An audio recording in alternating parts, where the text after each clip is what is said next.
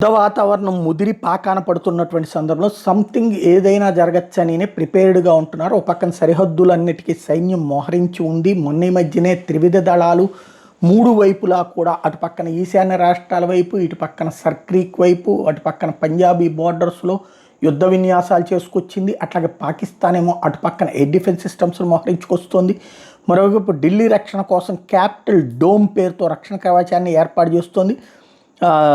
ఇవి పాకిస్తాన్కి దగ్గరలోనే ఉన్నటువంటి నేపథ్యంలో శత్రువుల క్షిపణులు డ్రోన్ల నుంచి నగరాన్ని కాపాడడం లక్ష్యంగా డిఆర్డీఓ అభివృద్ధి చేసినటువంటి స్వదేశీ క్షిపణులు QRSAM, VLSRSAM దీంట్లో కీలక పాత్ర పోషిస్తే వినూత్న లేజర్ ఆయుధాలను కూడా వాడుతున్నారు. ఇవి డ్రోన్లను క్షణాల్లో కూల్చేస్తే వ్యవస్థ ఢిల్లీ గగనతలాన్ని శత్రు దుర్భేద్యంగా చేయబోతున్నారు. ఇదే సందర్భంలో నా ఫీలింగ్ అయితే మాత్రం ఖచ్చితంగా ఇది కూడా కావాలి. దాన్ని ఏమంటారు, మనకు కావాల్సినటువంటిది రెండవ రాజధాని ఆలోచన కూడా ముఖ్యమైనటువంటి అవసరం.